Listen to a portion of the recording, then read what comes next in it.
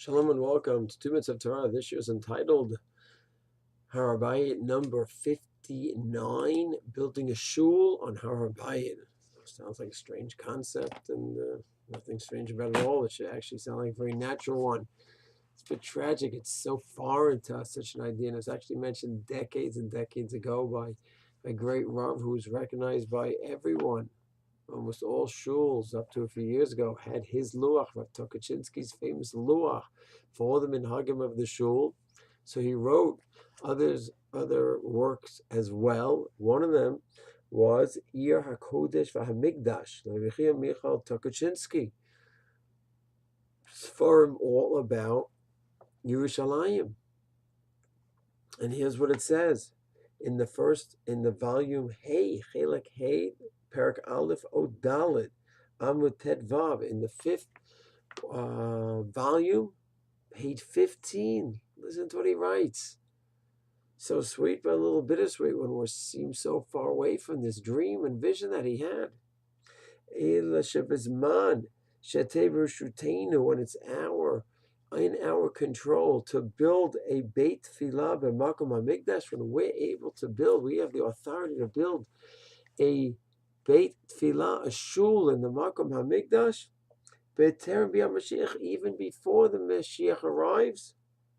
Efshar l'daber rak al binyan Beit Tfilah mehar habayit kodem lazara u'lemakom machel. Of course, you have to build in a permissible area where we're allowed to go, which she says that's fine. Before the chel, you have to be outside the area that from the Torah and from the rabbis that they prohibit one who is tamei meit. All of us tamei meit. We don't have the red eye for the paraduma to purify ourselves, but there are areas that you could go to. That's where you could build a Beit Tfilah, he says.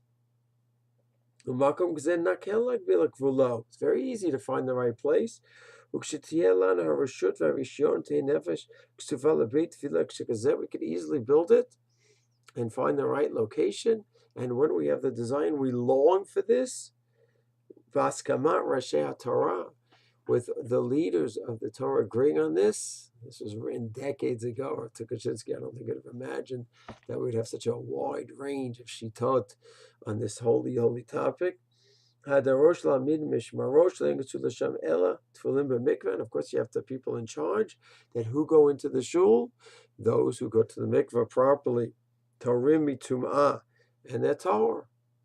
And those are the ones that only those people go up. And then a Beit Tfilah Kazel, Luya Tfilah Har Habayit, you could be on Har Habayit, and and when we have the Mizbeach, and we start bringing Korbanot, then that's going to hopefully be another step forward, which will then Yitzhak lead to the next step, which will be Binyan Beit HaMikdash, Megula Shlema. So that's what he says, and we shouldn't think this is some foreign idea that we had many decades of Dover after Kaczynski many decades ago, and it was forgotten.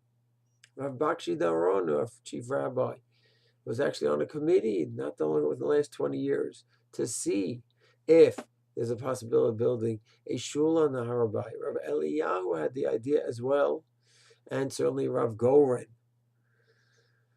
So some talk about the fact that that could be the most incredible way to go to Har Habayit, because some are afraid that when you go to Har Habayit, even if you know the right places, you might end up veering off course.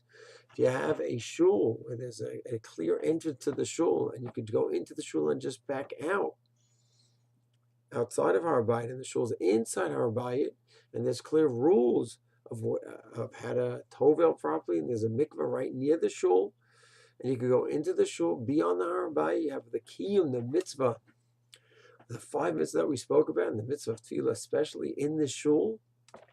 It could be an unbelievable zechut. I wish I had the mikdash back already, but it might be a whole process to get there, and this could be an important step along the way. Yitzhak Hashem should bless us with the chachma, the bina, and the dat, and the strength, and the gevura to go ahead and be involved in such a glorious move. Shalom.